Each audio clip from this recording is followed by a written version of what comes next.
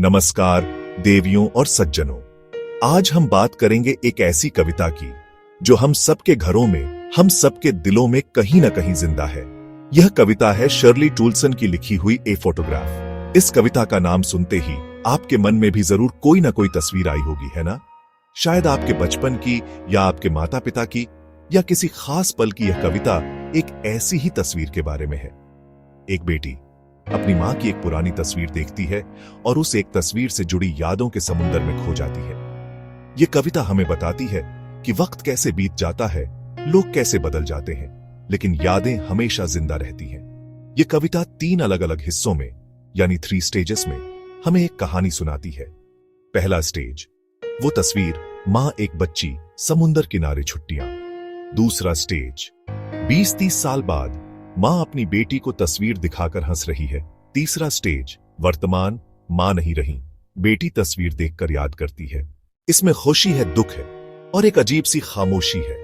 तो चलिए इस खूबसूरत सफर पर चलते हैं। हम इस कविता की हर एक लाइन को, हर एक पंक्ति को सरल शब्दों में हिंदी और इंग्लिश में मिलाकर समझेंगे, जैसे एक दोस्त दूसरे दोस्त को समझाता है। इस कहानी में एक बेटी है जो अपनी मां की यादों को संजो कर रखे हुए है। हम उसके एहसासों को, उसके जज्बातों को महसूस करने की कोशिश करेंगे। यह कविता सिर्फ शब्दों का खेल नहीं है, यह एहसासों का, इमोशंस का एक सागर है। कविता की पहली लाइन है, the cardboard shows me how it was. इसका मतलब है, यह गत्ते का टुकड़ा, तस्वीर मुझे दिखाता है कि सब कैसा था। यहां कार्डबोर्ड का मतलब उस पुराने फोटो फ्रेम या तस्वीर से है। इमेजिन कीजिए, बेटी के हाथ में अपनी मां की बचपन की एक फोटो है। वो फोटो उसे उस जमाने में ले जाती है। वो फोटो उसे एक कहानी सुना रही है। यह लाइन हमें बताती है कि तस्वीरें सिर्फ कागज के टुकड़े नहीं होती, ये एक टाइम मशीन की तरह होती है जो हमें अतीत में यानी पास्ट में ले जाती है। अगली लाइन कहती है, When the 2 girl cousins went paddling, each one holding one of my mother's hands. जब 2 चचेरी बहनें पानी में छप छप करने गई थीं, दोनों ने मेरी मां का एक एक हाथ पकड़ा हुआ था। यहां पैडलिंग का मतलब है समुंदर के किनारे, कम पानी में चलना। तो तस्वीर में क्या दिख रहा है? बीच में कवयित्री की मां है और उनके दोनों तरफ उनकी 2 कजिन्स खड़ी हैं। दोनों ने उनका हाथ बड़े प्यार से पकड़ा हुआ है। यह दृश्य, यह सीन हमें दोस्ती, परिवार, अपनेपन का एहसास दिलाता है। Some 20-30 years later she'd laugh at the snapshot. कोई 20-30 साल बाद वो इस तस्वीर को देखकर हंसती थी। अब बेटी उस समय को याद कर रही है जब उसकी मां जिंदा थी। जब उसकी मां यही तस्वीर देखती थी तो जोर से हंसती थी। देखो बेटी और डॉली को, वो कहती थी, और देखो उन्होंने हमें बीच के लिए कैसे कपड़े पहनाए थे। वो तस्वीर उनके बीच बातें करने का, हंसने का और यादें ताजा करने का एक जरिया बन जाती है।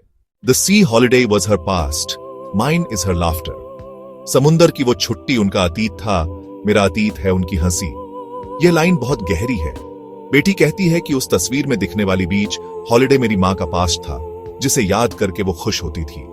लेकिन अब मेरे लिए मेरी मां की वो हंसी ही मेरा पास्ट बन चुकी है। Now she's been dead nearly as many years as that girl in the photograph lived. अब उन्हें मरे हुए लगभग उतने ही साल हो गए हैं जितने साल की वो लड़की उस तस्वीर में थी। यह लाइन दिल को छू जाती है। बेटी हिसाब लगा रही है। उसकी मां को गुजरे हुए अब लगभग 12 साल हो चुके हैं। एक सर्कल पूरा हो गया है और कविता इस आखिरी लाइन पर आकर रुक जाती है।